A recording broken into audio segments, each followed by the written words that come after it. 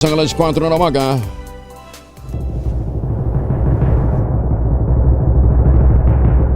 and the Golden Dove for Best Science and Technology Journalist goes to Angelo Palmones, DCRH. Ito na ang 28th KBP Golden Dove Awardee, Best Science and Technology Journalist, si Angelo Palmones sa Magandang Umaga, Pilipinas! DZRH, Magandang Umaga, Pilipinas! Sa DZRH Radio, DZRH TV at DZRH Online. Kasama si Kuya Angelo Palmones. Magandang Umaga, Pilipinas!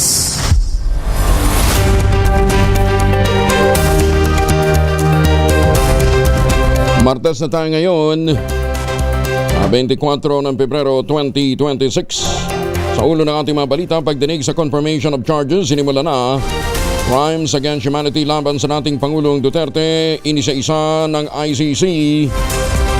Pagmasura naman sa kaso, inihirit ni Koopman. Mga biktima ng war on drugs, dismayado sa hindi pagharap ng dating Pangulong Digong sa confirmation of charges hearing. Attorney Panelo, hindi kasama sa depensa, nagtungo lamang sa The Hague para bigyan ng moral support ang dating Pangulong Duterte. Apat na impeachment laban naman kay BP Inday Sara umusad na sa Kamara. Dating kalyado ni Mayor Digong na si Attorney Melvin Matibag nahupo na bilang direktor ng NBI. Amihan, unti-unting humihina, mas maalinsang ang panahon, asahan sa mga susunod na araw. Balita, bagong impormasyon, kasama si Kuya Angelo Palmones. Magandang Umaga, Pilipinas! Kasama pa rin natin ang buong radyo natin FM nationwide, ang ating action radio station sa Luzon, Visayas at Mindanao. 91.7 FM radio sa Cebu at 94.3 FM sa Jensan. Sa detalye ng ating mga balita, asahan ang mainit na temperatura sa malaking bahagi ng bansa sa mga susunod na araw dahil sa unti-unti nang humihina ang Northeast Monsoon o amihan. Ayon kay San Aurelio ng Pag-asa, patuloy na humihina ang amihan at sa susunod na 2 hanggang 3 araw, medyo mas magiging maalinsangan habang easterly samahan ang magiging dominant weather system sa bansa.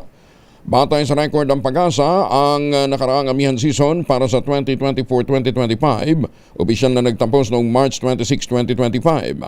Habang nagsimula naman ang kasalukuyang amihan season para sa 2025-2026 noon pang October 27, 2025. Sa kabila ng weakening trend, sinabi ni Aurelio na ang shear line, isang weather system na nabubuo dahil sa collision o banggaan ng malamig at hangin mula sa hilagang silangan at warm easterlies ay patuloy na makakaapekto sa ilang bahagi ng Southern Luzon at Visayas. Magpapaulan ito sa susunod na 24 oras. Samantala, epekto naman ng shear line ang nararanasang kalat-kalat na bagulan, pagkulog at pagidlat sa Albay, Sorsogon, Masbate at Northern Samar. Easterly samaan ang nakakaapekto sa Mindanao at nalalabing bahagi ng Visayas. Ayon pa rin sa Pag-asa, ang humihinang amihan ay maaaring magdulot ng maulap na papawirin at mahinang pag-ulan sa Quezon at nalalabing bahagi ng Bicol Region habang wala pang namamonitor na anumang sama ng panahon o LPA. Magkakaroon naman ng generally fair weather sa ilang bahagi ng Visayas at Luzon kasama Metro Manila, pero asahan pa rin ang maulap hanggang sa may pulupulong pagulan, dulot naman ang amihan at easterlies.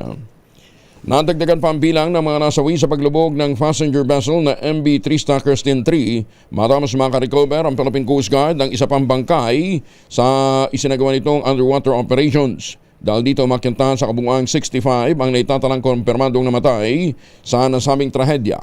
14 pa rin ang nananatiling nawawala. Kasabay nito tiniyak na maturidad na hindi ito titigil sa paghahanap hanggat hindi natatagpuan ang mga patuloy pang nawawala. 11 minuto na makalipas ang alas 4 ng umaga. Pumapila si Congressman Ega Erice ng agarang investigasyon sa nangyaring trust slide sa Rodriguez Landfill sa Rizal para mapanagot ang mga responsable rito. Sa privilege page sa mababata, sinabi nitong dapat silipin ang posibleng kapabayaan, korupsyon at tumunoy conflict of interest sa operasyon ng naturang dam site. Inilutang din ni Erice ang maulat na ilang residente umano ang tinatakot o kaya pinapangakuan ng bayad para manahimik kaugnay ng sabing trahedya para pagtakpan ang katotohanan. Kasabay nito nanawagan din ng tulong si Erice sa mga pamilyang naapektuhan at pagtitiyak na magkakaroon ng totoong reforma at mananagot ang mga sangkot. Iminungkahi rin ni Erice na ipasara muna ang dam site habang gumugulong ang investigasyon para maituwid ang tinatawag nitong isang sistema ng basura na nga binubulok pa. Hiling ko ang pansamantalang pagpapatigil sa operasyon ng nasabing dam site habang isinasagawa ang isang malalim, malaya at transparent na investigasyon. Hindi maaring manaig ang takot at katahimikan sa harap ng ganitong trahedya. Panahon na upang managot ang dapat managot at panahon na upang ituwid ang isang sistemang basura na nga binubulok pa. Maraming salamat po. Pinabulaan na naman ang pamahalaan lokal ng Rodriguez, Rizal at ang Office of Civil Defense ang ulat na may 50 katao manong natabunan sa nangyaring trust slide sa lugar. Sa flag raising ceremony ng lokal na pamahalaan, sinabi ni Mayor Ronnie Evangelista, exaggerated na kaduda-duda ang naturang datos. Yung 50 plus or 100 na natabunan daw or missing ay wala pong katotohanan yun. Exaggerated naman, sobra yun. 50. Minsan sa report pa lang medyo diskumpiyado ka na eh. Paano nalalaman na 50? Bakit hindi 49? Bakit hindi 51? Bakit eksaktong 50? Doon pa lang sa report, medyo dubious na, no? Sa hiwalay na pahayag, iginit naman ng Office of Civil Defense Deputy Spokesperson na si Diego Mariado, wala nga din po itong katotohanan. Ang naturang report ay nilutang ng Urban Poor Advocacy Group na kadamay na manoy nakapanayam ng ilan sa mga pamilya ng biktima. Sisilipin ng Department of Environment and Natural Resources Environmental Management Bureau ang nangyaring translide sa isang sanitary landfill sa Rodriguez, Rizal. Ayon sa DNR-EMB, magsasagawa sila ng compliance review at mag-i-issue sila ng notice of violation o oras na makumpirma kung may mga hindi nasunod na regulasyon sa naturang o ang naturang operator ng landfill. Napagalamang February 20 na mangyari ang naturang trahedya. Ngunit makalipas ang 2 araw, saka lamang ito iniulat ng Municipal Disaster Risk Reduction and Management Office sa Office of Civil Defense at sa pulisya. Batay sa huling datos mula sa Rodriguez, Rizal, partikular na kay Mayor Ronnie Evangelista, isang bangkay pa lamang ang nare-retrieve ng mga otoridad habang 2 katao naman ang iniulat na nawawala. Pinaimbestigahan na ni Philippine National Police Chief General Jose Melencio Nartates ang manoy bagong sindikato na binubuo ng mga dating tauhan ng pulisya. Kabilang sa pinasisilip na Nartates ang maaaring ugnayan o protektor ng mga ito sa kasalukuyang organisasyon ng Hanay. Kasunod dito ng ulat ni Interior and Local Government Secretary Jun Bicrimulya na 10 dating pulis na may ranggong major at captain ang konektado sa mga criminal syndicate. Sa briefing sa Campo Crame, sinabi ng PNP spokesperson na si General Randolph Tuanyo, posibleng sangkot ang mga naturang dating pulis sa mga nagdaang kaso ng krimen gaya ng kidnapping. Ang coordination po na bigay natin dito na opposite din po natin ay Director for Intelligence at CIDG sapagkat patuloy po yung verifications po nila. Ang sinasabi po ng ating mahal na Sir Eddie, iputasin natin syndicate. Ito po ay kaugnayan din sa mga profile po, ng mga nakaraang insidente pa po ito ng mga natin na kung saan may mga reports po tayo, kapag sa natin. Lino naman ang pahayag ni General Tuanyo, no ha? 15 minuto na makalipas ang alas 4 ng umaga. Mga misis, amoy araw man si Mr. pag-uwi galing ng trabaho, abay talian sa germ sa katawan nila para labanan ng amoy araw at amoy pawis, gumamit ang Shield Bath Soap regularly. Unbeatable ang Shield sa paglaban sa germs versus another brand may shea butter. Pampalambot ng kuti sa presyong abot kaya 12.50 SRP. Kaya naman recommended ito ng Philippine Nurses Association. Kaya mga misis ay challenge yung subukan ng Shield Bath Soap. Galit sa sakit, may malasakit, sulit na sulit. Dako muna tayo sa Estados Unidos. Kasi nga po, simula kahapon ay nasa state of emergency ang marami sa mga estado ng Amerika sa East Coast dahil po sa snowstorm blizzard. Kasama natin muli mula sa Washington si Joy John Balarete Acol. Joy John, good morning. Angel, mga kababayan, tila tumigil po ang mundo sa eastern part ng Estados Unidos dahil sa tindi ng pag-ulan ng snow. Mahigit sa 69 million pamilya, Kuya Angel, ang nasa ilalim ngayon sa winter alerts o yung tinatawag na ng mga eksperto na winter blizzard dahil po sa pag-ulan ng niebe sa malaking bahagi ng East Coast. Sa New York City, nakaranas sila ng mahigit na 15 talampakan o 15 inches na niebe na tinaguri ang isa sa top 10 worst storm sa nakalipas na 150 taon. Samantala sa New Jersey at Long Island, mabot naman po sa 2 talampakan ang lalim ng snow. Libo-libong flights ang kansilado ngayon at inilabas na ang travel ban kanina pa sa New York City hanggang kaninang tanghali at bawal muna ang mga sasakyan sa kalsada at kansilado ang mga flights. Habang ang New Jersey, Rhode Island, Pennsylvania at Connecticut ay nasa ilalim pa rin po ng state of emergency. Mahigit sa 10,700 plus na flights ang kabuang kansilado mula pa nitong linggo hanggang ngayon. Mahigit sa 500,000 na tahanan at negosyo ang kasalukuyang walang kuryente. Karamihan ay sa Massachusetts at New Jersey dahil sa bigat ng snow at lakas ng hangin. Sa tala po kanina ng US National Weather Station, ang hangin na humahagupit po sa amin ngayon ay nasa 35 miles per hour hanggang 70 miles per hour na nagdudulot po ng tinatawag na whiteout conditions o zero visibility sa mga pangunahing kalsada. Walang pasok at sarado ang mga paaralan sa mga states na nabanggit ko. Kasama na po ang Massachusetts, Washington DC, Maryland at Virginia at ilang karatig states. Bagamat wala pang opisyal na bilang ng mga nasaktan o casualty lalo na sa ating pong mga kababayan. Ang embahada po ng Pilipinas dito sa Washington DC ay naglabas po ng travel at safety advisory at hinimok po nila ang mga Pinoy sa East Coast na sumunod sa mga local authorities lalo na sa travel ban sa New York at New Jersey. Huwag piliting pumasok sa trabaho kung hindi naman essential service ang pinagtatrabahuan at makipag-ugnayan sa mga community leaders o aktibong mga makipag-usap sa ating konsulado at sa mga Filipino PhilAm organizations sa New York at Massachusetts para malaman kung may mga kababayan tayong nawalan po ng kuryente o nangangailangan ng agarang tulong, Kuya Angel. Oh, pero sabi ni nag-feedback dito si Jose Ramon Nulod sa New Jersey, back to work na daw siya. Ikaw ba back to work ka na rin, Joy John? Back to work. Actually, back to work ako ngayon. Lagi tayong on-call. Kahit Lagi on-call, Kuya Angel. Alam mo naman.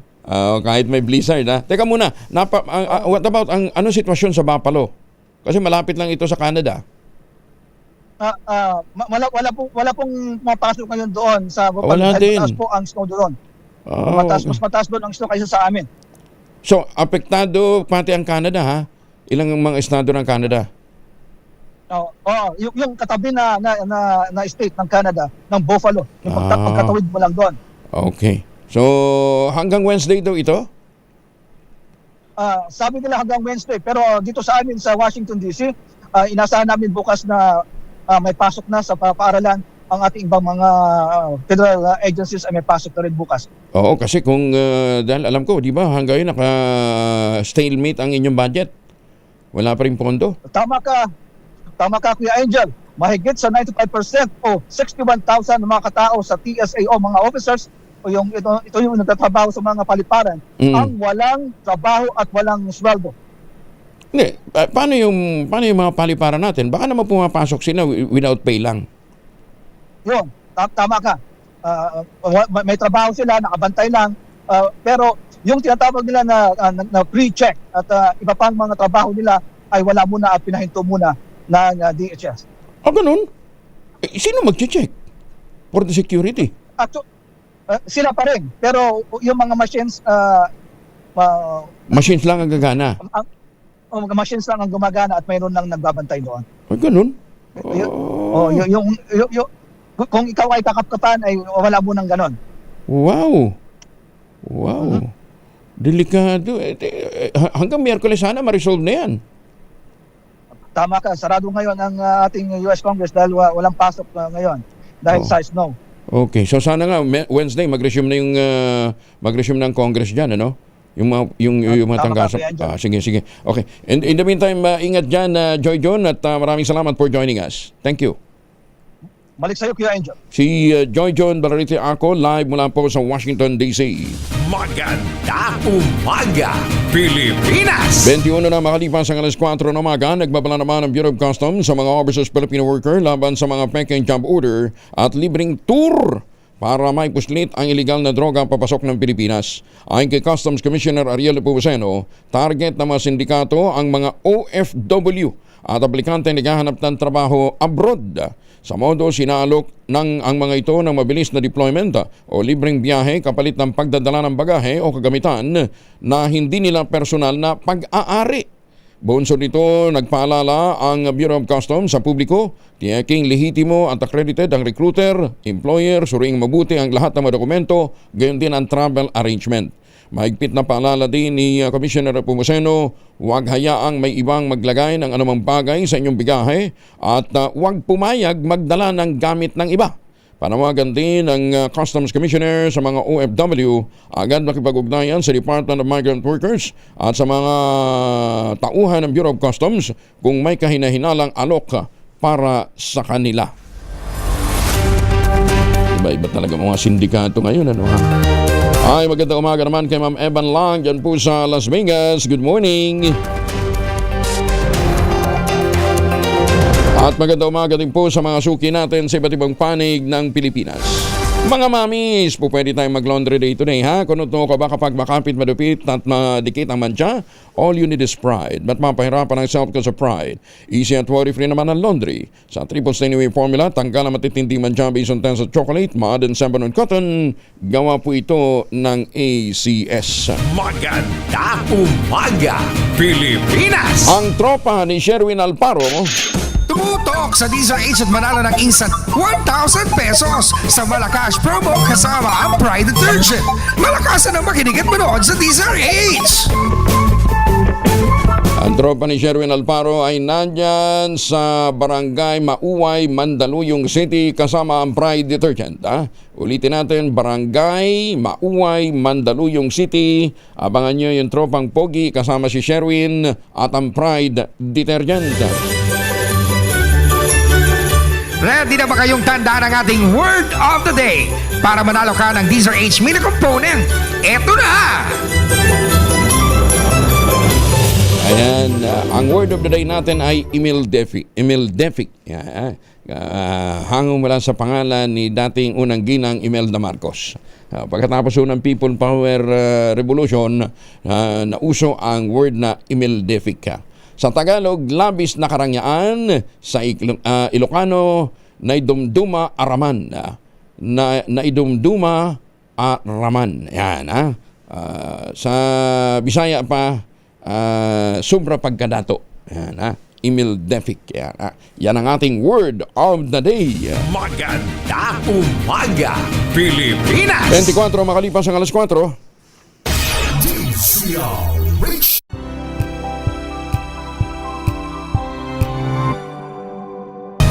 26 na makalipas ang alas 4. Ano man ang lakad ho ninyo, magpaon din ng proteksyon laban sa mikrobyo. May dalawang formulation ng family alcohol na pwede nating pagpilian. Pwede baunin ho ng inyong mga chikiting, ng inyong mga mahal sa buhay sa mga lakad nila. Yung family, 70% isopropyl alcohol, especially prepared for clinics, hospital, pharmacies, laboratories, pero okay na okay din po sa household use at syempre sa ating mga emergency kits. Very effective yan sa disinfection at sterilization. Ganyan na bagsik ng family, 70% isopropyl alcohol. Maghapon man natin gamitin, no problem. Hindi po manuno yung ating mga kamay dahil meron po itong moisturizer. Yun namang mabagong family rubbing compound improvement cologne. Ayun po yung mabagong isopropyl alcohol na ginagamit po ng mga masahista, mga barbero, mga doktor, mga nurse, mga kamadrona for sponge bathing and other cleansing purposes. Family rubbing alcohol parang DZRH subok na sa mahabang panahon. Mabibili sa namang butik at convenience stores nationwide. Family rubbing alcohol hindi lang pampamilya, pang sports pa. Itong menor de edad na rescue ng PNP na biktima ng online sexual abuse or exploitation of children sa bayan ng Abuyog, Leyte. Detalye na balita mula kay Jimmy Angay-Angay, RH32, maupay nga agad Jimmy. Na-rescue mga kapulisan ang 7 minor de edad sa online sexual abuse or exploitation of children sa bayan ng Abuyog, Leyte. Na-aresto ang suspect ng PNP Cybercrime Group, PNP Women and Children Protection Center Visayas Technical Assistance to the Women and Children Protection Center isinagawang warrant to search, seized and examined computer data kung saan aresto ang suspect na si alias Maisi, 29 anyos na sangkot sa online sexual abuse at exploitation of children. Sa on-site digital forensic examination na pinatupad ng digital forensic examiner sa devices ng suspect, positibong may posisyon ng mga child sexual abuse or exploitation materials si Saim, resulta sa pagkakaresto ng suspect at pagkarescue ng mga batang babae, edad 8 anyos hanggang 12 anyos. Si May sinaharap na sa kasong Anti-Online Sexual Abuse or Exploitation of Children o SAIC at Anti-Child Sexual Abuse or Exploitation Materials Act si Saim. Pinuri naman ni Brigadier General Wilson Asueta, Acting Director ng PNP Anti-Cybercrime Group ECG ang unit at technical assistance para madakip ang suspect. Mula dito sa DYVL Action Radio Tacloban, ito si Arstratito Jimmy Angay-Angay para sa DZRH. Una sa Pilipinas, una sa Pilipinas. Daghang salamat, Jimmy. Magandang umaga, Pilipinas! May nga sa mga kuturan tara sa Negros. Halong ka mo dito sa Cebu, ha? Halong ka mo dito sa Negros. Amping mga taga Cebu, mga taga Davao, ha? Magandang umaga din sa mga suki natin dyan sa Kidapawan City at sa iba pang mga lugar dyan sa North Cotabato. Nagbigay naman ang Philippine Amusement and Gaming Corporation of PAGCOR ng paunang 5 milyong piso bilang suporta sa Philippine Women's National Football Team, kilala bilang Pilipinas. Yan po ang team nila. Sasabak sila sa 2026 AFC Women's Asian Cup. Gaganapin yan sa Australia, March 1 hanggang 21. Ang tulong pinansyal ay tinanggap ng Philippine Football Federation kasabay ng pagpapalakas ng momentum ng Team Pilipinas sa kanilang makasaysayang panalo sa 2025 Southeast Asian Games kung saan nakakuha ang bansa ng kauna-unahang SEA Games Gold Medal sa women's football.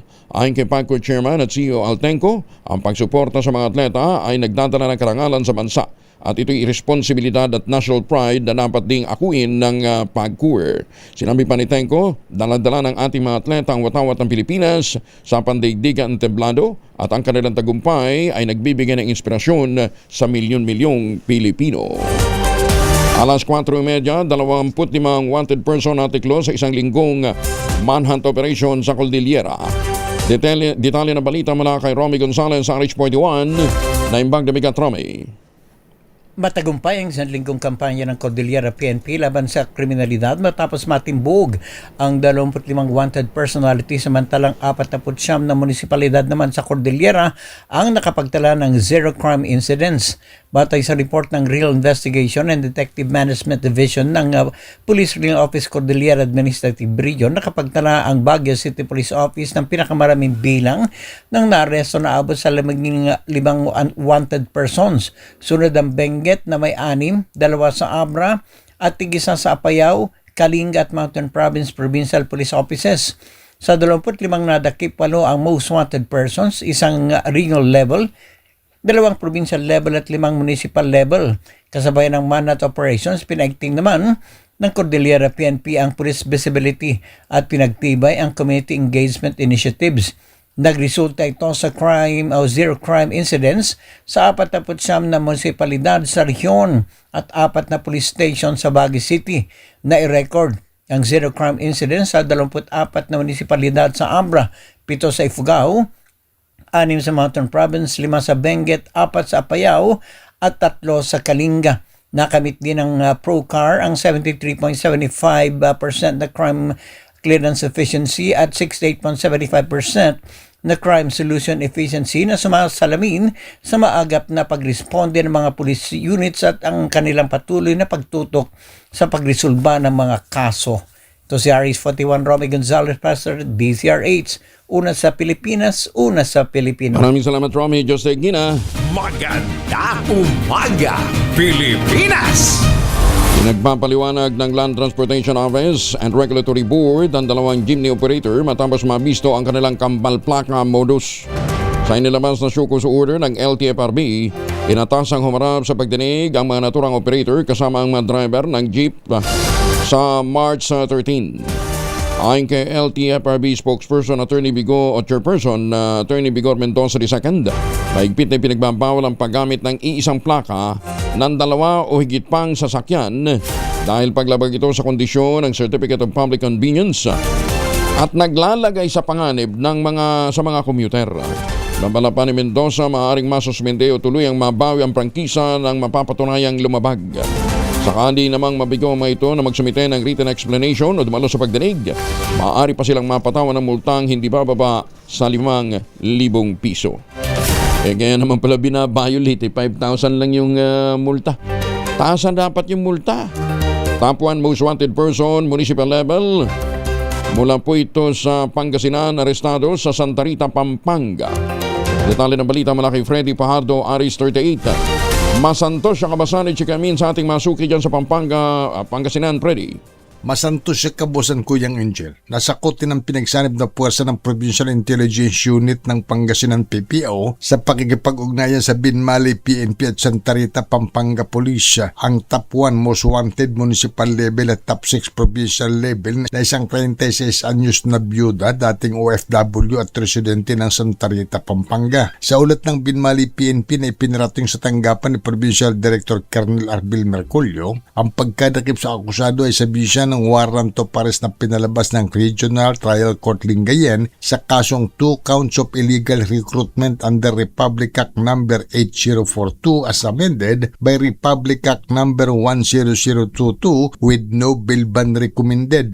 Sa ngayon ay nasa kustodiya ng Binmali Police Station ang suspek at hinihintay na lamang ng mga otoridad ang commitment order na ilalabas ng korte para mailipat ang suspek sa provincial jail sa bayan ng Lingayen.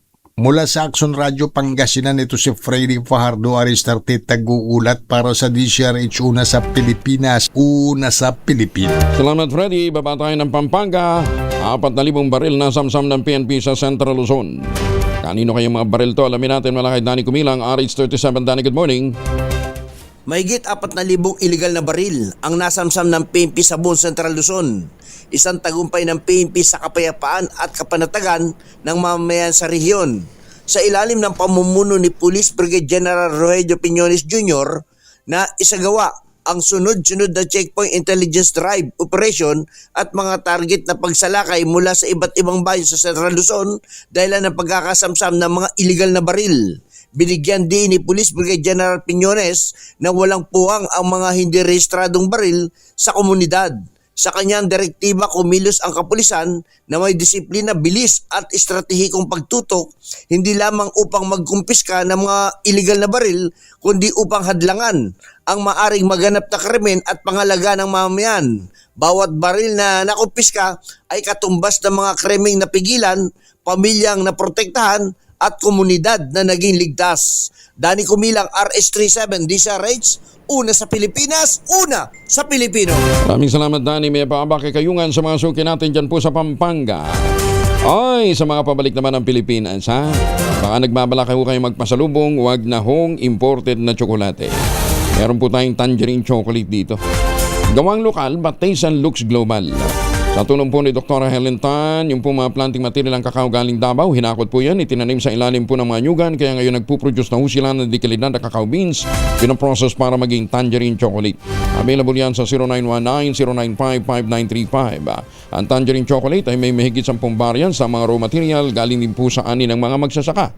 I-check po ninyo sa tangerinechocolate.ph. At sabi nga po ni Dr. Helen Tan, sino bang magmamalasakit sa Pilipino kundi ang kapwa Pilipino? Kaya sa bawat tangkilik natin ng tangerine chocolate, pinalalakas natin ang loob ng ating mga magsasaka, pinalalakas natin ang ating lokal na ekonomiya. Tangerine chocolate 100% gawang lokal, but taste and looks global. Tinulungan nga po ito ng DTI at ng DOST. Tangerine chocolate 100% gawang atin. Pakiusap ni Dr. Helen Tan, sana naman ay ating tangkilikin. Maganda umaga, Pilipinas! Showbiz nga muna tayo. TV series na pagbibidahan daw ni Piolo Pascual at Derek Ramsey. Matutuloy pa nga ba? Bakit naman hindi? Alamin natin mula kay Morley Alinio. Morley, good morning! Gising na ang showbiz, rampa na Pilipinas. Good morning, Kuya Angel. Last year, pumutok yung balita na magkakasama sa isang TV series si Piolo Pascual at Derek Ramsey. Gaganap na kontrabida-bida itong si Derek Ramsey kay Piolo At ito ay pagsasamahan nila para sa The Kingdom. Yung The Kingdom ay pelikula sa Metro Manila Film Festival 2024. Although hindi ganun kaganda ang takilya o kalakas ng pelikula. Pero maganda naman ang kwento. Ito na ngayon. Dapat sisimulan ito noong February, first week of February. Pero patapos na ang February, ni Ha, wala man lang naririnig itong si Piolo Pascual at maging itong si Derek Ramsey kung tuloy ba o hindi ang kanilang pagsasamahan na TV series. Kaya naman, mukhang mauudlot ang pagbabalik nitong si Derek Ramsey sa TV. At ayon sa naturang aktor, marami umano sa mga commitments niya o mga dapat niyang gawin na hindi niya nagawa dahil sa The Kingdom na ito na inaasahan niyang masisimulan na. Well, kung si Derek ang tatanungin sa mga sandaling ito, parang ayaw niya nang ituloy. Kasi nga, mas maraming commitment, pati mga business, ang nauudlot ng dahil dito. Kaya nga nang huli natin makausap si Derek, sabi niya, kung matutuloy, okay. Kung hindi matutuloy, okay. Pero parang ayaw niya na. Kasi nga, syempre, natatagalan na at wala pa rin nangyayari. Tenga, walang ginagawa. So, yun. Yan ang ating DZRH Showbiz Status News. Ako po ang inyong RH47. Morley Alinio para sa DZRH. Una sa Pilipinas, una sa Pilipino. Babu. Maraming salamat, Morley. Maganda umaga, Pilipinas. 39, makalipas ang alas 4.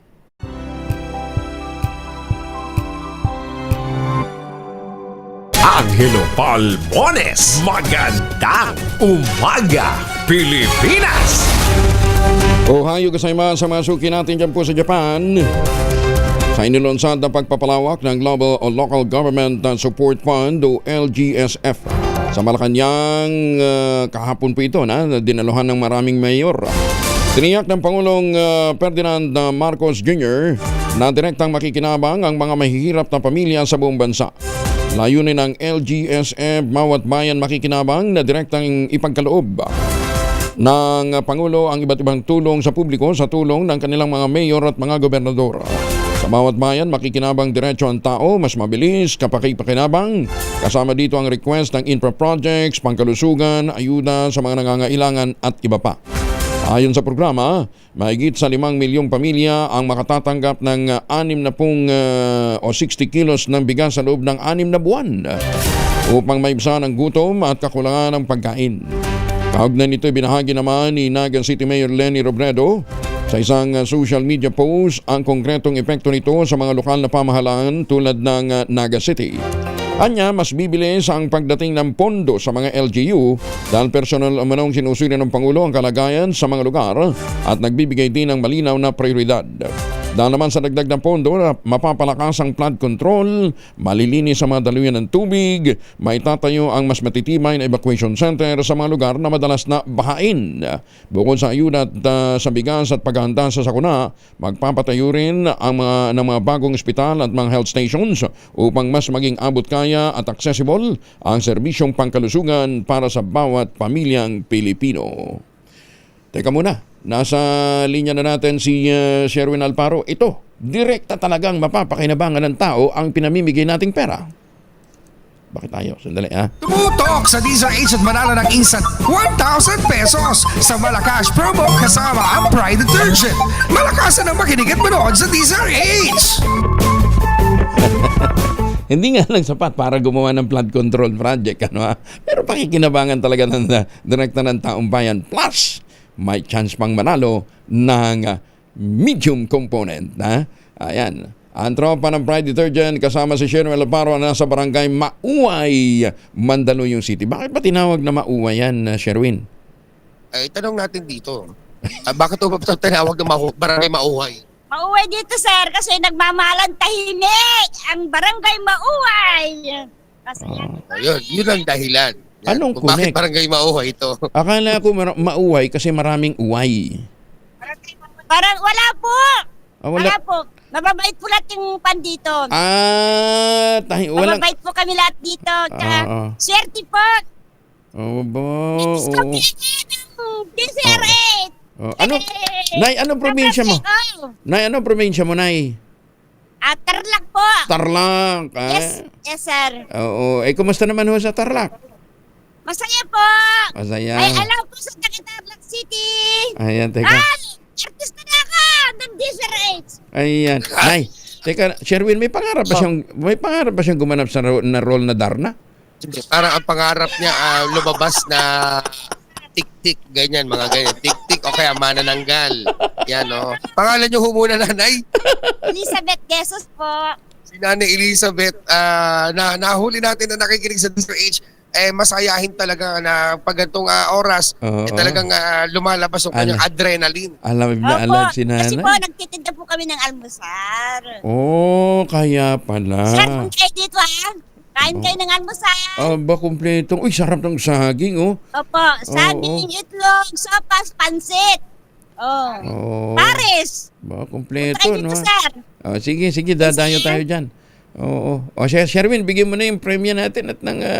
Dahil, Ate Elizabeth, sino pa paborito mga announcer sa DZRH pag umaga? Si Mr.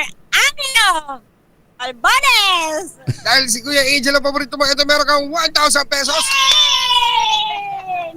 Salamat po! Yay! Blessing po. Thank you po, Sir Angelo. Ayan. Tatangkad to si nanay. Laging tinataas ganun ang kamay. Siyempre, masaya po ako. O mahilig siya mag-unat. Kasi siyempre pag umaga, kailangan unat ka ng unat. Yes, sir. Ayan, Masaya kasi nabigyan ako ng blessing sa umagang ito, sir. Ayan. Salamat po. Walang ano man. Pwede siya sa Simatar, no? Si Nanay Elizabeth, no? Kaboses siya si Eng-Eng. Yes! Kasi po, nung mga bata kami, idol namin yan. Si Matar. Kasi DCRH talaga kami. So nung bata pa kayo at nakikinig kayo sa DCRH, naririnig niyo na si Sherwin Alparo.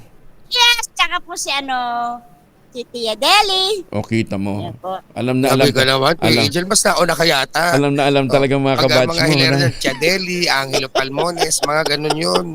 Opo. Nabigyan po ako ng blessing. Salamat po, sir. Pero may additional pa, Nanay Elizabeth, kapag nasagot yung ating word of the day. Ano po ang ating word of the day? MLDPIC! Wow, MLDPIC dahil ako ang ating word of the day. Ito, meron kang medium component hatid sa atin ng Astron Appliances, alagang Astron, alagang maasahan. Available sa inyong mga Suki Appliance Store nationwide. At hindi lang yan, meron ka pang grocery basket mula yan sa grocery bag mula sa DZRH at ang pinakabago, pinakamalaki, pinakamabango ang Pride with Fabric Conditioner Korean Strawberry Bloom Detergent Powder with Stain Away Formula. 2 kilo yan, kaya naman kahit gano'ng karaming laban, ubos yan. At ang pinakabagong design ng t-shirt ng DZRH, ayan, mapapasayo din Ate Elizabeth. Ano masasabi ko kay Angel? Salamat po, Sir Angel. Sa blessing na bigyan ninyo ngayong umaga. Sige po. Thank you po. Ingat po. Ayan. Salamat po, Kasi po, buong buhay ko po, talagang favorite ko po yung DZRH. Ayan. Sige. Swerte po, kasi number 1 po kayo talaga sa amin. Lalo na sa probinsya, dito sa Mandaluyong, Barangay Mauway. Thank you po, sir. Nako, Sherwin. Walang ano man po. Nako, Sherwin. Dumayo ka naman ng Barangay Hulo. Nagre-reklamo yung mga taga-Barangay Hulo. Nandiyon ka daw sa Mauway na yun. Tumuloy ka na daw ng Hulo. Tignan natin mamaya. Ayan, Pero, syempre sa mga nais manalo ng 1,000 pesos na aking tumutok sa DZRH, baka yung nasusunod natin winner sa DZRH, Malacash promo kasama ang Pride Detergent. Aris number 6, Sherwin Batalfaro DZRH, una sa Pilipinas, una sa Pilipino. Maraming salamat, Sherwin. Tutok lang, tutok na sa DZRH Radio, DZRH Facebook, DZRH YouTube, at DZRH TV. Baka ikaw na ang susunod na winner sa DZRH Malacash promo. Magandang umaga din sa mga taga Plaridel, Bulacan. Uy, kumusta na nga pala yung insidente dyan sa NLEX? Sasakyan ho daw pala ng provincial government yung involved mga sasakyan doon, ha. Kaya lang naka-news blackout pa rin eh. Magandang umaga, Pilipinas! Kampo naman ni Rian Ramos, inihanda na ang kaso laban naman sa mga nagpapakalat ng umano'y mga malisyasong larawan ng aktres. Detalye ng balita mula kay Gorgie Luna. Gorgie, good morning.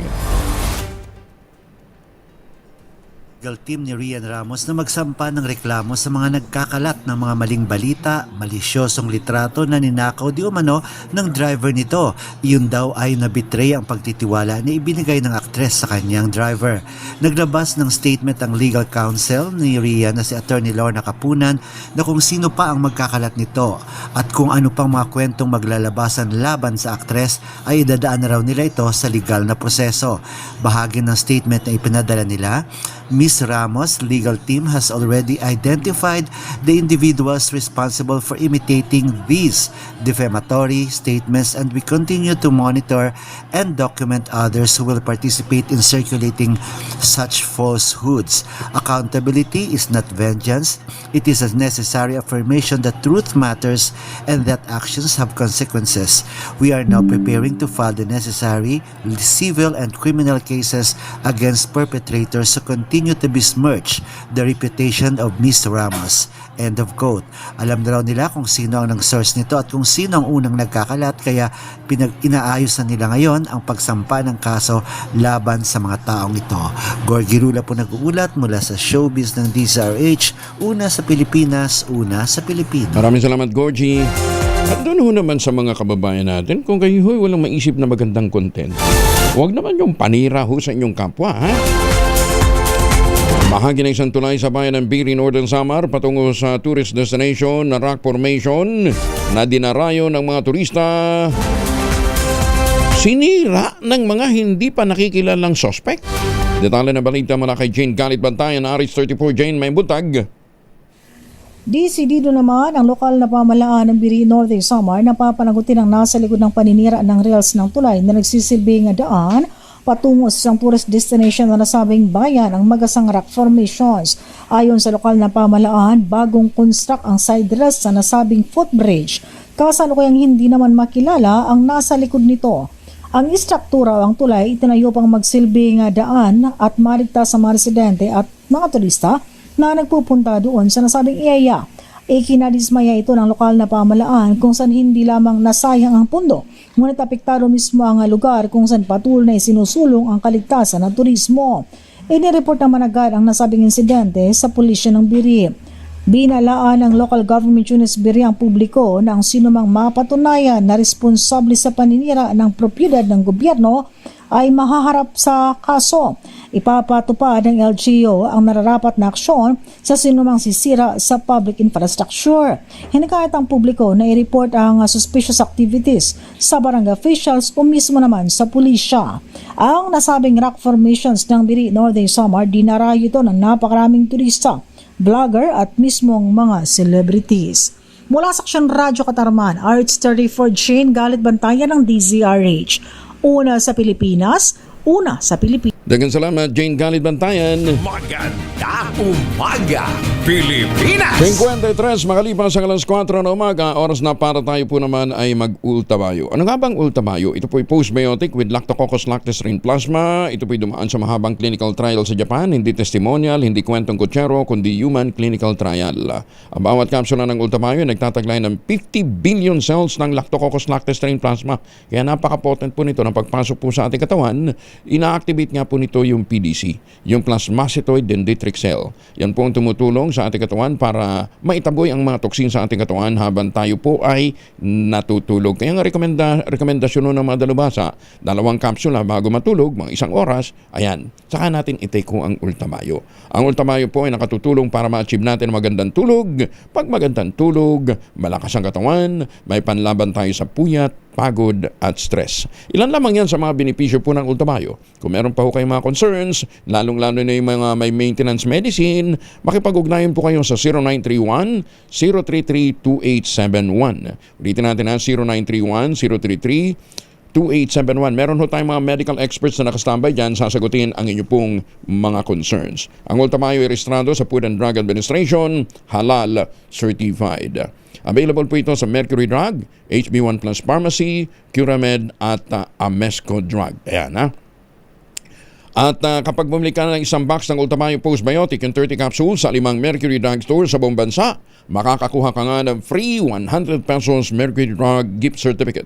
Promo runs until July 31, 2026 only. Per DOH FDA CMRR permit number 0981 series of 2025. Mahalagang paalala ang Ultamayo ay hindi gamot at hindi dapat gamitin panggamot sa anumang uri ng sakit. Magandang umaga sa mga Pilipino dyan sa Middle East at sa ating mga OFW sa Kuwait. Magandang umaga, Pilipinas! Bill para alisin ang pinapataw na travel tax lusot na sa committee level ng Kamara. Detalye na balita mula kay Manang Milky Nugunan, Aris 12, Manang Milky.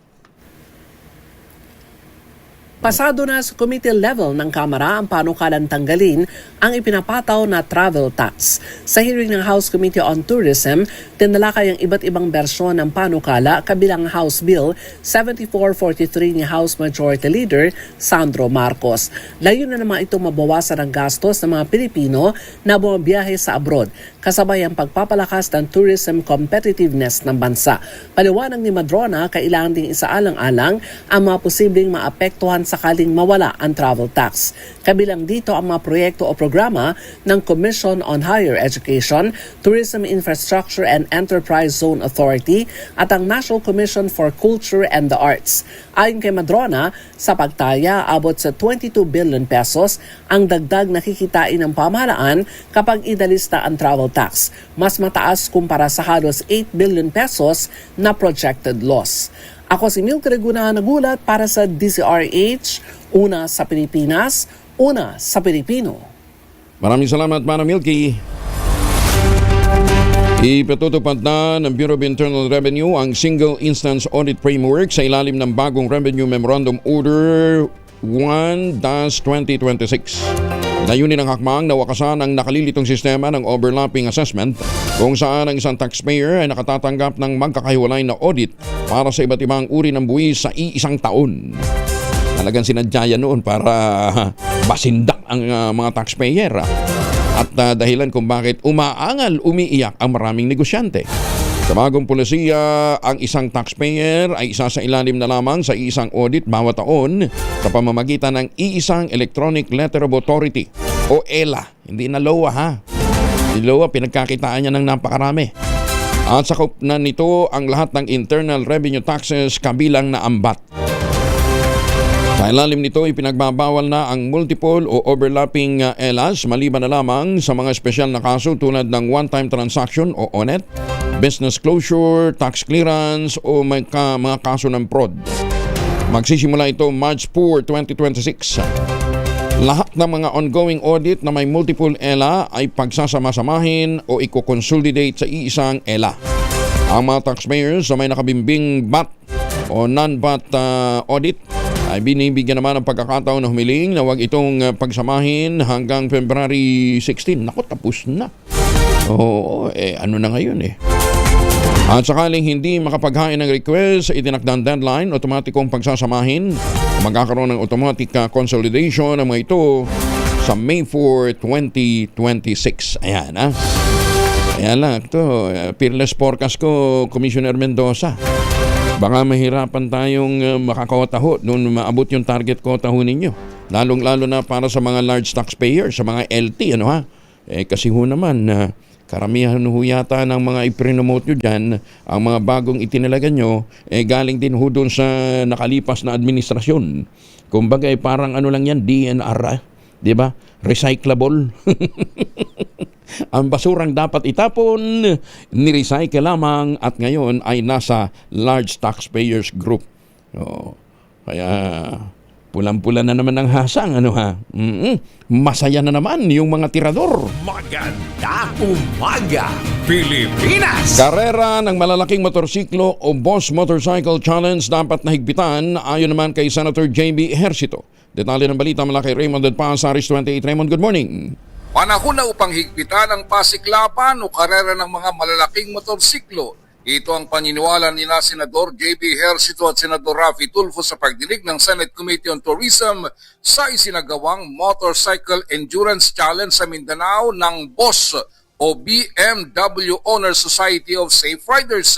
Ilan ang mga nasugatan at may 7 taong gulang pang bata ang naiulat na namatay sa aksidente dahil sa karera. Ayon kay Senador J.B. Ejercito na isang kilalang motorcycle enthusiast, dapat ang mga lugar na puntahan ay mga tourist destinations.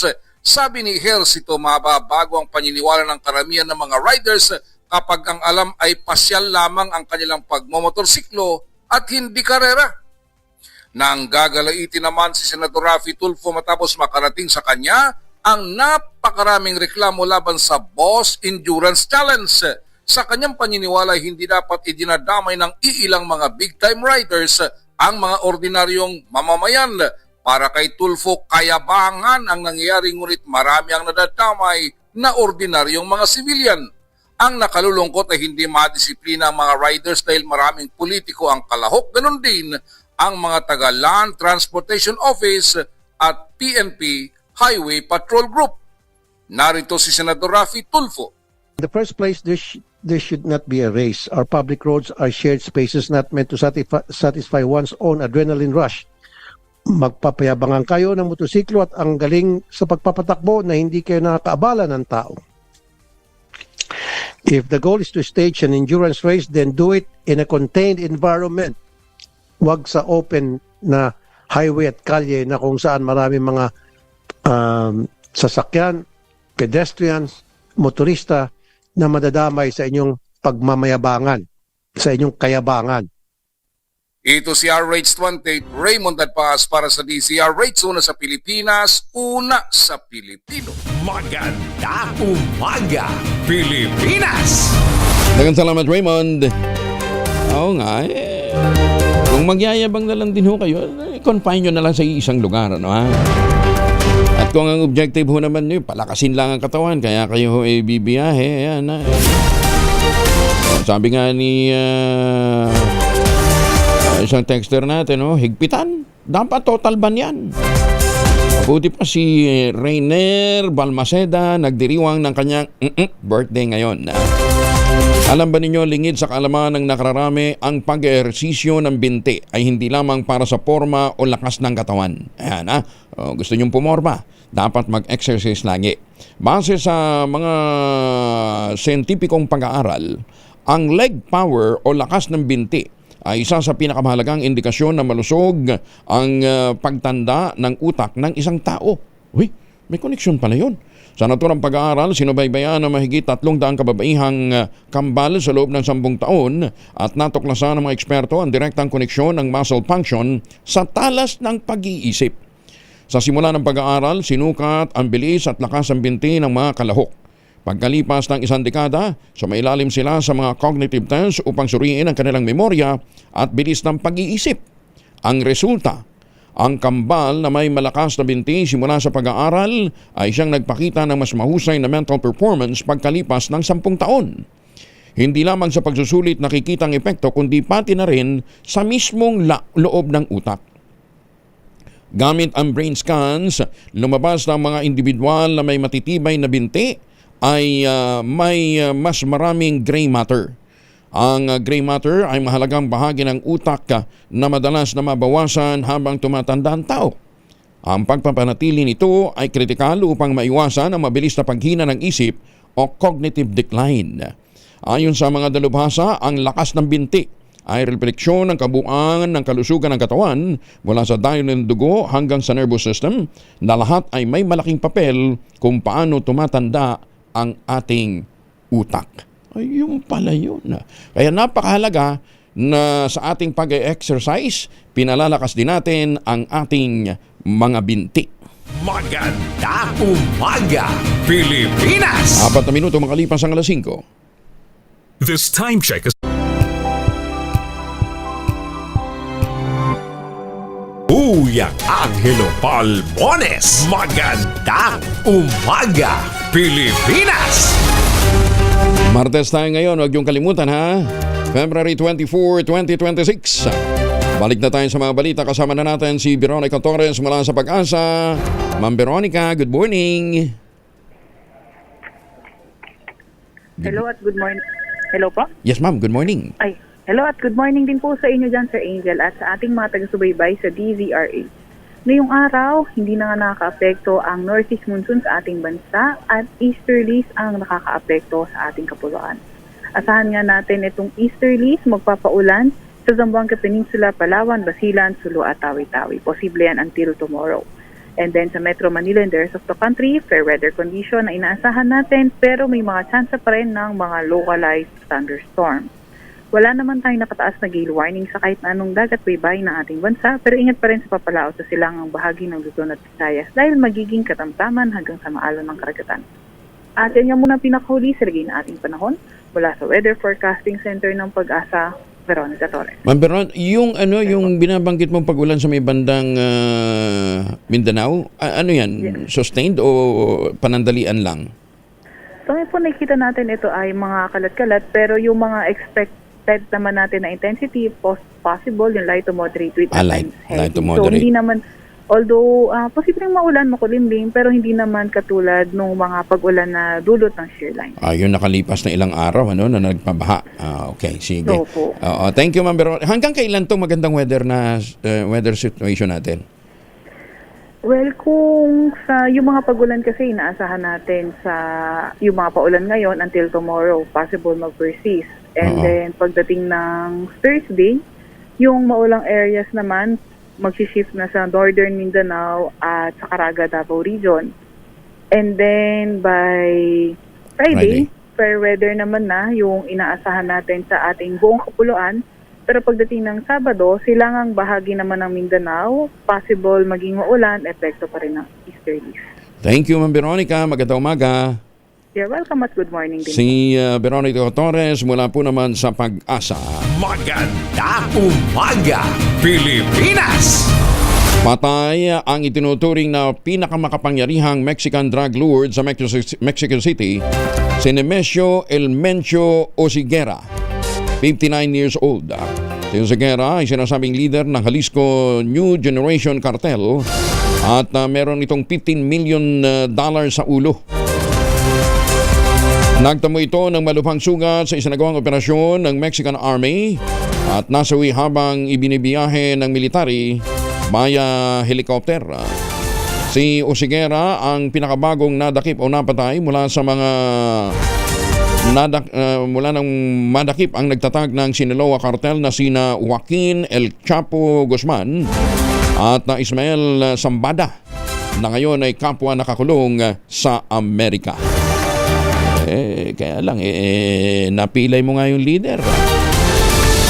Sana naman magtuloy-tuloy na ho ito para matigil na ho yung pagkalat po ng illegal drugs. Hindi lamang ho sa Mexico. Hanggang dito nakakaabot yan eh. Lumagta naman sa kasunduan ng mga alkalde mula sa iba't ibang panig ng bansa para sa mabilis na pagpapatayo ng mga classroom katuwang ang Department of Education. Nakasaad sa Memorandum of Agreement na tutulong ang mga pamahalaan lokal sa pagpapabilis ng proseso ng mga permit, pagtukoy ng priority schools at pangangasiwa ng konstruksyon ng ligtas at gamit din ang mga modernong kagamitan upang magtayo ng mga silid-aralan sa kanilang mga nasasakupan. Ayon kay Education Secretary Sani Angara, makatutulong ang partnership na ito para mapabilis ang pagpapatayo ng mga silid-aralan sa pamamagitan ng pinigting na koordinasyon sa mga LGU na niya'y totoong nakakaalam sa mga pangangailangan ng mga paaralan sa kanilang mga lugar.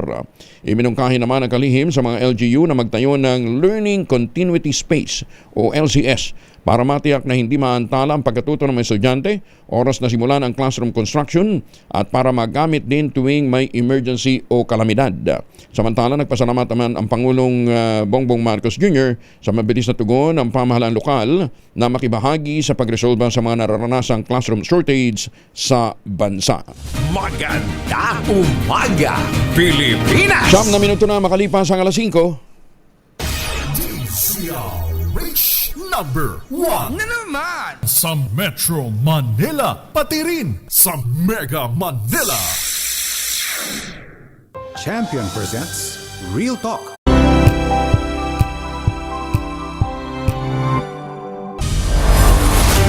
Katorse na makalipas sa alas 5 ng umaga, baka may mga importanteng lakad kayo. Magbaon ng proteksyon laban sa mikrobyo. May dalawang formulation ng family alcohol na pwede nating baunin. Yung family 70% isopropyl alcohol, especially prepared for clinics.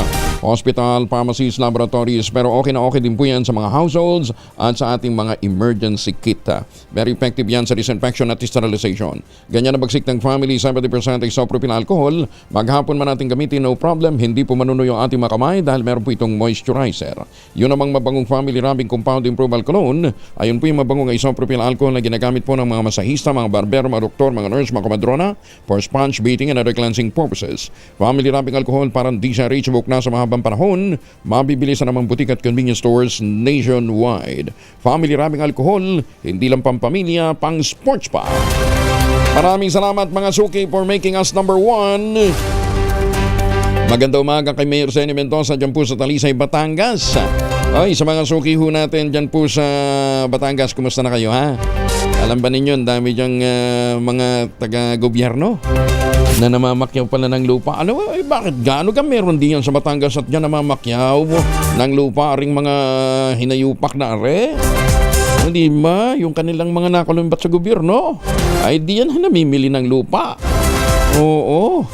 Ay magandang umaga ho sa mga taga-Comembo Elementary School. Yung mga personal daw po ng poso. Mayor Zeni Mendoza, good morning. Ambassador Harry Amping. Siyempre, huwag natin kalimutan si Justice Energito ng Sandigan Bayan. Napakaagang gumigising din yan ha. Parang si Justice Max De Leon, si Chief Justice Alex Gismundo. Chief Justice, magaling ho kayo ha. At siyempre si Justice, sino ba yung mga Justice na nakatutok sa, si Justice Raul Villanueva at si Mama Sally ha. Good morning po sa inyo ha. Justice Maydans Marquez. Maganda umaga, Pilipinas! Kampanya laban sa illegal mufflers at loose firearms, pinaigting panglalo sa Central Luzon. Detalye ng balita mula kay Grace Ansano, Aris 25. Grace, good morning. Good morning, Angel. Ipinamalas ng Police Regional Office 3 o Regional Director ng PNP si Police Brigadier General Rogelio Ponce Piñones Jr. ang nasa mahigit 3,000 mga iligal na mga tambutso o mufflers na nakahandang ito'y winasak kahapon mismo sa loob ng Camp Olivas sa pagtutulungan ng Regional Law Enforcement Coordinating Committee o ARLEC at ang Joint Anti-Bank Robbery and Cyber Coordinating Committee ng Region 3 ay sama-sama nilang sinaksihan ang pagwasak sa mga mufflers na ito. Ipinakita rin ang nasa mahigit 4,000 mga na-recover ng potri na mga loose firearms sa buong Region 3 simula sa January 19, 2025 noong nakalipas na taon hanggang sa kasalukuyan. Matapos ang presentation ng libu-libong illegal na mufflers ay isinagawa nga ang pagwasak nito. Sa nasabing kampanya mula sa pinaigting na ang PNP Region 3 para nga sa peace and order situation ng naturang riyon. Dagdag pa ng naturang Brigadier General Piñones Jr. Para sa DZRH, ito si RH25, Grace Versonsano. Una sa Pilipinas, una sa Pilipinas. Salamat Grace, magandang umaga sa mga Pilipino dyan sa South Korea. Maganda umaga, Pilipinas! Imbag na bigan sa mga suki natin dyan sa Isabela. Isang pambihirang uri ng halaman na may kakaibang katangian ang natuklasan sa kagubatan ng Barangay Eva sa bayan ng Kalanasan, yan po ay sa Apayao. Sa ulat ng Philippine Eagle Foundation, ang bagong species ay pinangalan ng Medenilia kalanasan. Ayon sa mga researcher, ang pinakanatatanging katangian ng Medenilia kalanasan ay ang pares ng maliliit at malatrompeta o horn-like protrusion na base o sa base ng bawat dahon nito. Ang ganitong disenyo ng dahon ay hindi pa kailanmang nakikita sa ibang uri ng Medenilia sa buong Timog Silangang Asya. Unang nakita ng mga eksperto ang halaman noong Nobyembre ng 2023 habang nagsasagawa ng field expedition. Ayon naman kay Felicia Atienza, chairperson ng Philippine Eagle Foundation, ang pagkakatukla sa halaman sa loob mismo ng teritoryo ng Philippine Eagle ay nagpapatunay ng kahalagahan ng konserbasyon at marami pang sikretong nakatago sa mga kagubatan ng Pilipinas. Kagandang bulaklak, ano ha? Mamalengke muna tayo. Nasa Bonifacio Market ngayon si Edwin Duque. Edwin, good morning. Kumusta ka na dyan? May puntag, Kuya Gingel. Natiling mababa pa rin ngayon yung presyo ng paboy sa Bonifacio. 270, Kuya Gingel, yung presyo ng karni. At may mga isang peso nga umabot din ng 290. So yung pagbaba nitong nakaraan ay hindi pa rin tumataas. Yung pork chop ay 270. Giniling 280, yung pigi 280 at 260 naman yung pataulihan. Yung unahan ay 280. Ang liempo ang natiling 360 pa rin dahil ang presyo ng ang kilo ng liempo ay kukunti lang daw sa bagyo ng karne ng baboy, kaya doon sila bumabawi. Pero hindi pa rin nagbago itong presyo ng kapito dyan, nasa 500 pesos. Habang itong baka naman ay 460. At ang presyo ng manok ay yung pagtas ito ng 220 kamakailan, bumaba bahagya ito ng 210 pesos. Ang presyo naman ng isda, 260. Ito masulot sa presyo ng bangus. Habang itong galing Bulacan ay mabibili mo ng 180 bawat kilo. Ang tilapia, 140 itong malaking klase. Pero itong malalaking klase rin, itong galing naman ng Bulacan, mabibili mo ng 120 bawat kilo. Ang galonggong, 280, yellowfin, 300 pesos. Yung pusit, merong 180, merong 200, at meron namang 280 itong pangkalamares. Yung serves, merong 180 yung pinakamalit na size, at yung malalaki ay 480 at meron 520 pesos. Yung lapu-lapo, ito bumaba ng 380 mula sa dating 450. Salay-salay, 260. Pag yung mga klase ng isda tulad ng tamban ay 120 pesos. Yung presyo ngayon ng kulay, itong palaya pickle, bumaba bahagya ng mula sa 160. Ngayon ay balik siya ng 140 pesos bawat kilo. Kalabasa, 60 pesos. Ang kamatis, merong 40 at yung pinakamagandang klase, 60 pesos bawat kilo. So malaki yung binaba, halos 20 pesos. Yung labanos, 80 pesos. Ang talong, merong 60, pinakamagandang klase, 80 pesos bawat kilo. Yung luya naman, 140. Yung sibuyas, 180. Yung sariling produkto natin sa Pilipinas naman, 100 pesos bawat kilo. Yung meron dito yung mga imported, medyo mas bababa ng konti, pero 80 pesos. Yung sayote, 60 pesos. Repolyo, 80. Yung carrots, 80 pesos bawat kilo. Ang siling labuyo naman, bumaba na 200 pesos. At yung magandang yung bagong dating, mabibili mo pa rin at 250. Ang siling panigang, 50 hanggang 80 pesos bawat kilo. Walang pagbabago sa mga presyo ng mga dakot-dakot. At habang itong prutas, wala rin pagkataas ng presyo. At itong bigas, merong nag-umpisa pa rin. Wala akong nakita ang 35 ngayon, 40 pesos. At merong 42, yung dating 40. Habang ang hasbin, 53, brown rice, 56, yung red rice, 62, wala sa dating 60, Japanese rice, 58 pesos, wala sa dating 56, yung bagong ari na sinasabi, meron ditong 40 pesos bawat kilo. At yung malagkit, yung medyo hindi ganong kabago, 58, yung maganda-ganda, 80, at yung bagong ani, yung pinakamagandang klase, 100 pesos bawat kilo. Yan, ito yung natin na price monitoring report. Wala pa rin dito sa Bonifacio Market sa Kalukan na restaurant.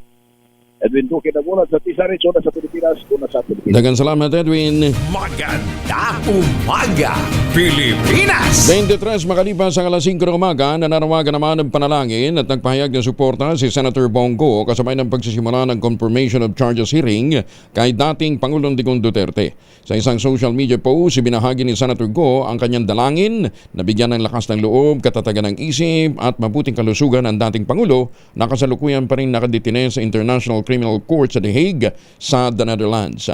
Ipinapalalangin din ng senador ang pagkakaroon ng sapat na karunungan at gabay ng defense team para maipagtanggol si Mayor Digong, gayon din ang katibayan ng loob at pagkakaisa ng pamilya Duterte sa gitna ng kinakaharap na pagsubok. Nakiusap din si Senator Go sa mga Duterte supporter, manatiling mahinahon, magtiwala sa proseso ng batas, ipagdasal ang kalayaan, kalusugan at kaligtasan ng kanilang tatay Digong.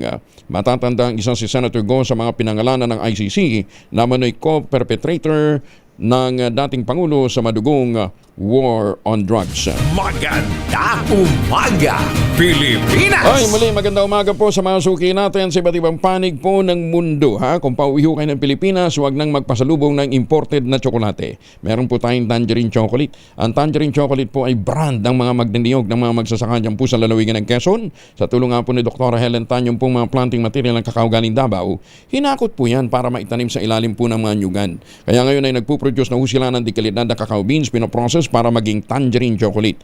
Ang tangerine chocolate po ay brand ng mga magniniyog ng mga magsasaka dyan po sa lalawigan ng Quezon. Available yan sa 0919-095-5935.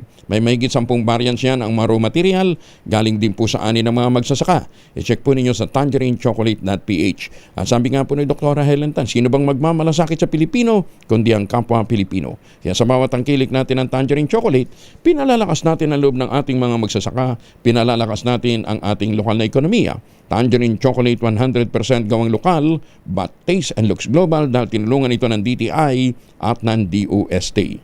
Tangerine chocolate 100% gawang atin. Kaya pakiusap ni Dr. Helen Tan, sana ay ating tangkilikin.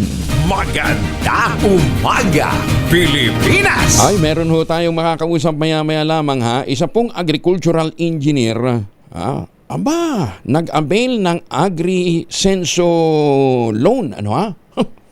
Yumaman si Kuya.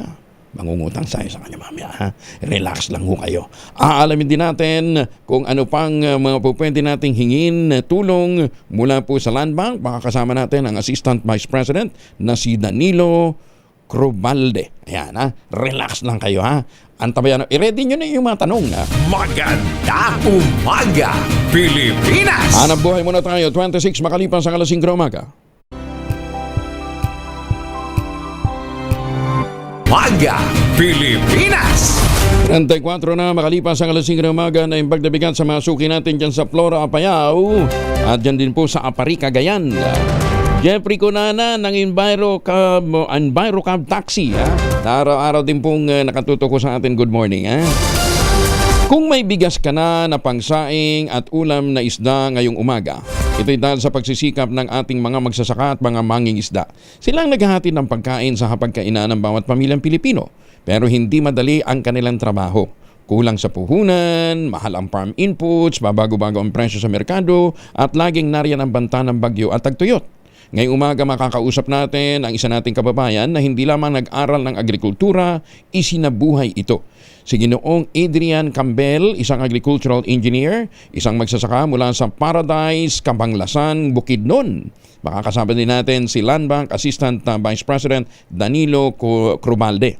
Ibabahagi sa atin ni Adrian kung paano siya natulungan ng Agri-Senso Plus program ng Land Bank para simulan at palaguin ang kanyang corn production. Ipapaliwanag naman ni Sir Danny kung paano nakatulong ang programang ito. Hindi lamang po sa mga dating magsasaka, kundi maging sa mga estudyante ng agri courses na nangangarap magkaroon ng sariling sakahan. Good morning kay Sir Adrian at kay Boss Danny. Unahin muna natin si Adrian. Adrian, good morning. Kumusta ka na? May buntag mo ba?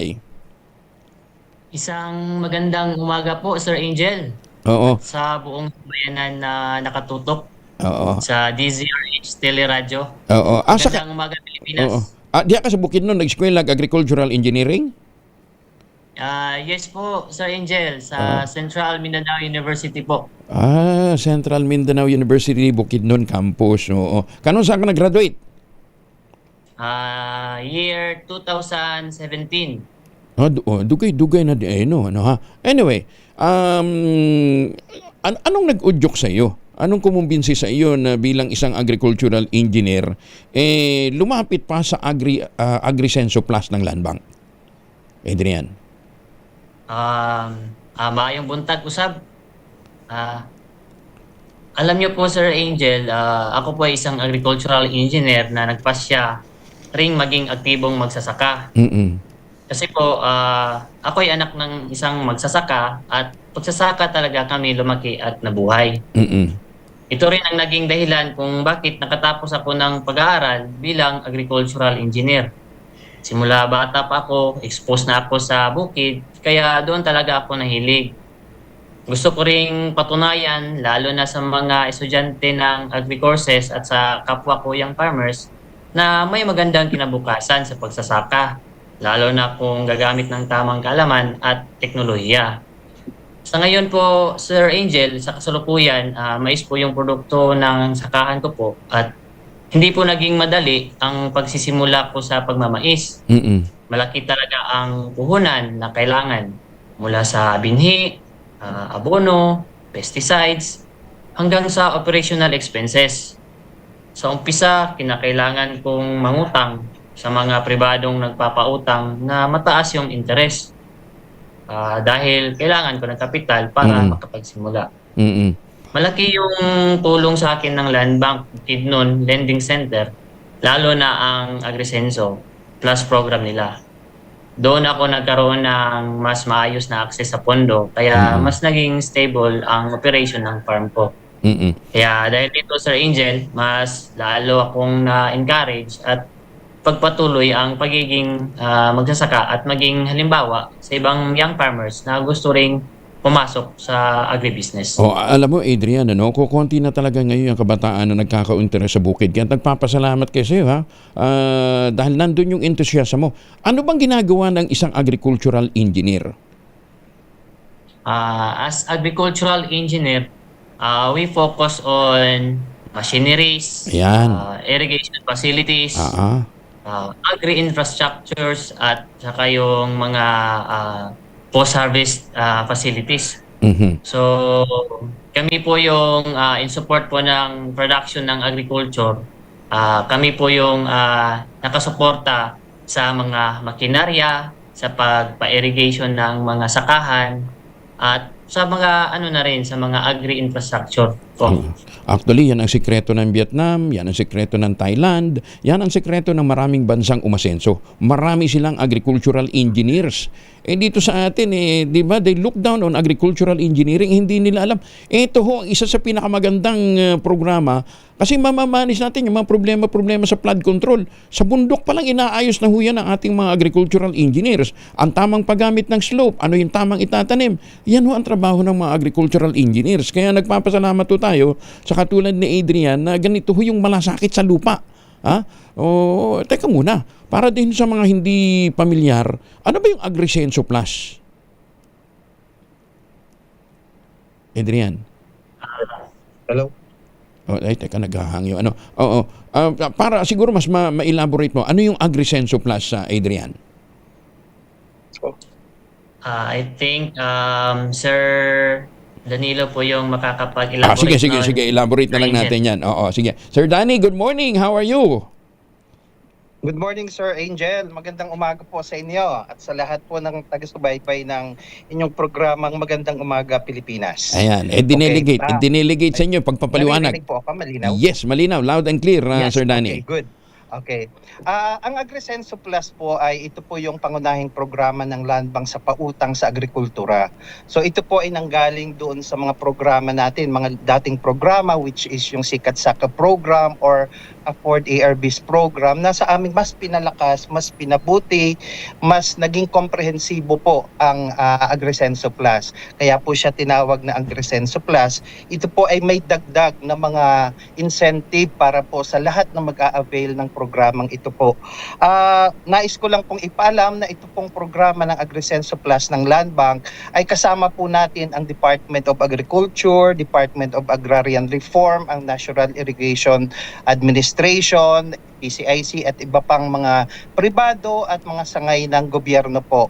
So ito po, ang layunin po nito ay para po matulungan ang ating mga magsasaka, maliliit na magsasaka at maliliit na mangingisda, ang ating mga agrarian beneficiaries at lalong-lalo na po lahat ng mga stakeholders in the agricultural value chain po. Okay. Ano ito? Para lang ito sa mga rice producing area o mga corn and rice producing area o open to sa lahat sir? Magandang tanong yan, Sir Angel. Ito mga programa ng Agrisenso Plus ay hindi lamang limitado para po sa palay at corn ng mga traditional crops natin. Ito po ay lahat po, ikaw po ay magsasaka, mangingisda, kooperatiba, Pwede rin pong mangutang ang mga agri-entrepreneurs natin, lalong-lalo na po yung mga graduates natin. Kaya pa to ginawang plus kasi dinagdag po natin lahat ng kalahok sa agrikultura mula po dun sa mga nagtatanim, sa nagpa-process hanggang makaani, hanggang maibenta nila yung palay. Lahat po yan ay pwede pong mag-benefit dito sa programang pautang nito ng Land Bank po. Okay, highly urbanized areas like halimbawa Metro Manila, Metro Cebu, Metro Davao, ano yan, bibihira na, although may mga bukirin pa rin dyan, can they still avail of this program? Basta po ang kanilang project po ay related sa agriculture. Hindi po siya basta pwede po silang mangutang lahat-lahat po dito.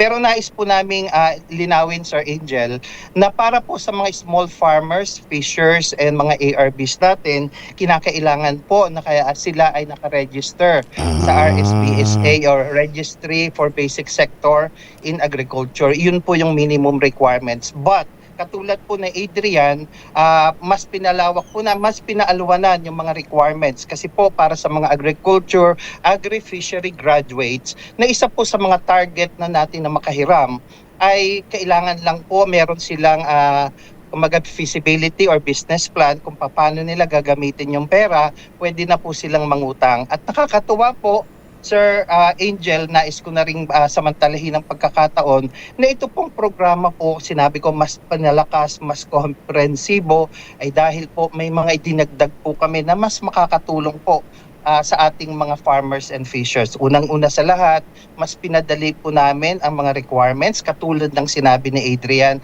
mas pinapaba po, Sir Angel, ang interest rate. Magkano? Ito po yung nakakatuwa, 3% per annum na lang po. Napakababa po niyan. So kung itatranslate natin sa per month, 0.25% per month. Wow. So yun po nang gusto natin silang matulungan at na para hindi na po silang manghiram o mangutang doon sa mga private lenders. Di ba po ang taas-taas ng interest? 5%, 7% per month hanggang 10%. Dito po 3% per annum na po yon. Adrian, gaano kakabilis na rilisan ng inutang mo nung nangungutang ka? Mga 2 to 3 days po, Sir Angel, yung bilis. private lenders. Ganon lang kabilis, 2 to 3 days ha? Hanggang magkano na utang mo? Sa ano po, sa Agrisenso na po ba yun? Oo, sa Agrisenso. Sa Agrisenso, magkano na utang mo? Yung sa loan ko po, 2 to 3 days, na-releasean na po ako. Pero nung first loan ko pa, is umabot siya ng mga 3 weeks to 1 month kasi meron ding mga seminars na need mong i-attend. Okay. So, kaya yun. Magkano? Pero sa loan, mas madali na po siya. Magkano nahiram mo? Humigit kumulang mga 280,000. 1,000. Yan po. Oo. May mga kaklase ka pa sa agri-school na nag-avail ng program? Bukod sa iyo? Based po sa aking may nakapag-avail pero yung young farmers po, hindi iba po naman. sa Agrisenso. Kasi bago po kasi itong Agrisenso. Oo, ayan. Pero kinukumbinsi mo sila na pumasok din dito? Yes po. Kumbaga sa kumbaga sa ikaw ang kanilang ambassador ayan ha. So Sir Danny, sa ngayon gaano karami na ang natutulungan ng Agrisenso since its launch?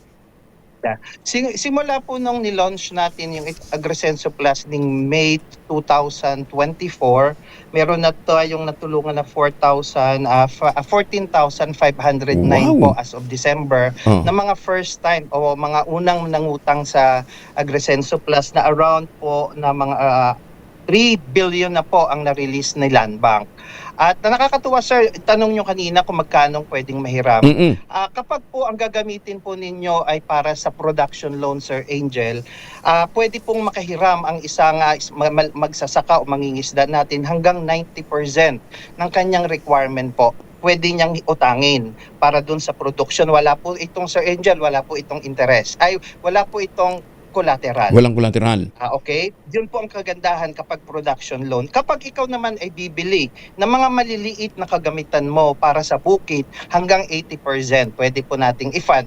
So, hindi lang po, katulad ng sinabi ko kanina, hindi lang po yung mga magsasaka mangingisda, pati po yung agripreneur, yung mga micro and business, small and business enterprises para sa kanilang mga negosyo na related sa agriculture, pwede pong manghiram. Kaya nga po, isinama na rin po natin, Sir Angel, pati yung mga agriculture graduates, kasi ang objective po natin na itong mga graduates natin ay ma-encourage natin na bumalik sila sa agriculture, na pumunta, kasi sayang naman yung mga kaalaman nila sa agriculture, na mention nga natin ang mga agricultural engineer, kung hindi naman nila magagamit sa bukid. So yun po, kung ano man po yung pangangailangan nila para po kaitil yung lupa nila, yun po ay pwedeng i-finance ng Land Bank. Halimbawa, wala silang lupa, pwede po nating i-finance yung requirement nila ng pagbili ng lupa. Kung gusto po nila magli-lease lang muna, pwede pong i-fund ng Agrisenso Plus yung requirement nila para magkaroon ng lease, plus yung production and requirements para bungkalin, pagyamanin yung kanilang tanim, na kung ano man po yung itatanim nila, pwede pong i-fund po natin under Agrisenso Plus. Yung pagbili ng tawag dito, hand tractor, pwede rin yun? Pwede i-finance doon? Yes po. Okay. Lahat po. Lahat ng pangangailangan mo sa agriculture para magtuloy-tuloy yung proyekto, mula po sa pagtatanim, sa processing, sa marketing, even po yung mga traders natin na into agriculture, value chain, pwede rin pong i-finance para sa working capital nila, pati po yung mga pagpapalago, yung expansion nila, sir, yung mga pre- and post-harvest facilities. Actually po, Sir Angel, lahat ng pangangailangan ay pwedeng i-fund po natin sa Agrisenso Plus lending program ng Land Bank. Sir Danny, ang dami ko pang gustong itanong, lalo nito, uutangan. Kaya lang kinakapos na yung oras. Saan sila pwedeng tumawag for further information? O punta na siguro sila pinakamalapit na Land Bank branch, Yes po, although ang branch po pwede silang asistihan, ang nagpa-process po ng lahat ng application ay yung lending centers ng Land Bank. Mayroon po tayong 60 lending centers sa buong Pilipinas. Tutulong po ang branches kung wala pong lending center sa area nila. Ganun po ang process natin, or pwede po silang tumawag sa landline ng Land Bank, which is 8405-7000 po kung meron silang inquiry, at maasistihan po sila kung gusto nilang mag-loan sa Land Bank po. Ang area code para sa mga nasa labas ng Metro Manila, 02-8405-7000. Ayan para mas mapabilis. Ayan Anyway, congratulations again, Adrian. Tuloy mo lang yan at maging modelo ka ng ating mga kababayan dyan po sa Paradise Bukidnon. Paradise na paradise talaga, Sir Danny. Paradise ng mga nangungutang ng mga baguhang magsasaka. Anyway, Adrian, congratulations and looking forward sa pag-asenso palalo ng iyong bukid. Kaya bukas makalawa, ikaw ay si Don Engineer Adriana. Wag mo kami kalilimutan ni Danny pagka lumaki na yung negosyo mo Sir Danny, thank you for joining us. Magandang umaga po. And thank you. Magandang umaga po, Sir Angel, at sa lahat ng tagapakinig ng Magandang Umaga Pilipinas. Salamat po. Basta tiwala ho tayo doon sa sistema na ipinatutupad po ng Land Bank sa pagpapahiram ho sa atin ng pondo. Muli, maraming salamat kay Adrian at kay Sir Danny ng Land Bank. Adrian, sa inspirasyong ibinigay mo ngayong umaga mula sa Bukidnon, ipinakita ng isang agricultural engineer na may pangarap at tamang suporta, kayang magtagumpay at makatulong sa komunidad. Sa ating mga magsasaka, mga mangingisda at mga bataang nag-aaral ng agrikultura, tandaan nyo, hindi kayo nag-iisa. Nandyan po ang Land Bank upang tumulong sa inyo sa pamamagitan ng Agrisenso Plus at iba pang mga programa. Para sa karagdagang impormasyon, tumawag lamang sa 02-8405-7000, bisitahin ang pinakamalapit na Land Bank Lending Center o mag-online sa www.landbank.com. Land Bank, ang kasama mo sa pag-asenso. Umaga Pilipinas. 9 na minuto na lamang bago mag-aces ng umaga. Bili ni Itay, pagyamanin ng lupa't pananim, paghandaan ng bukas. Sa lahat ng yan, katuwang mo ang Land Bank. Sinanay kami sa makabagong kaalaman at pamamaraan, pati pagsulong sa moderno at sustainableng agrikultura. Naging tulay din sa pagtawid namin sa mundo ng digital. Napagyaman ko ang lupang pamana ni Itay. Katuwang ang Land Bank, sigurado ako sa masagana at maunlad na bukas. Bata pa lang ako, nakapokus na ako sa pagsasaka. Alam kong dito ako may pag-asang umasenso. Pero sa hirap ng buhay, muntikan nang di umusbong ang mga pangarap ko. Mabuti na lang, merong maasahang kaagapay sa pag-asenso. Madali lang mag-apply, malit pa ang interes. Kaya ngayon, ang mga binhing itinanim ko, unti-unti nang nagbunga. Panigurado, may anihing magandang kinabukasan ang ating mga susunod na henerasyon.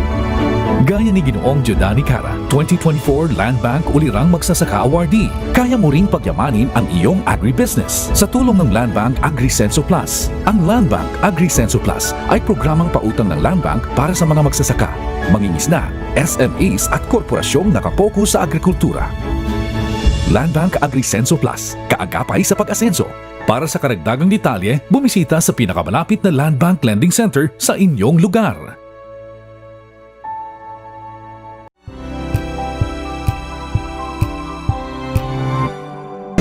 Pilipinas! 56 na makalipas ang alas 5 ng umaga, oras na para tayo po naman mag-inat-inat. Ayan, nananakita ba yung mga kasakasuan, nagkakarinkle, sumihina na bang kalamnan?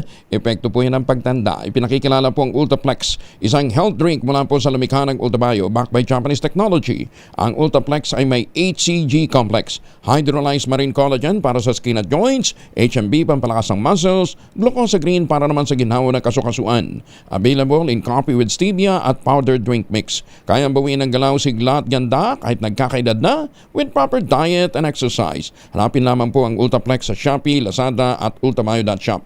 Ang Ultaplex ay hindi gamot at hindi pwedeng gamitin panggamot sa anumang uri ng sakit. If symptoms persist, consult your doctor.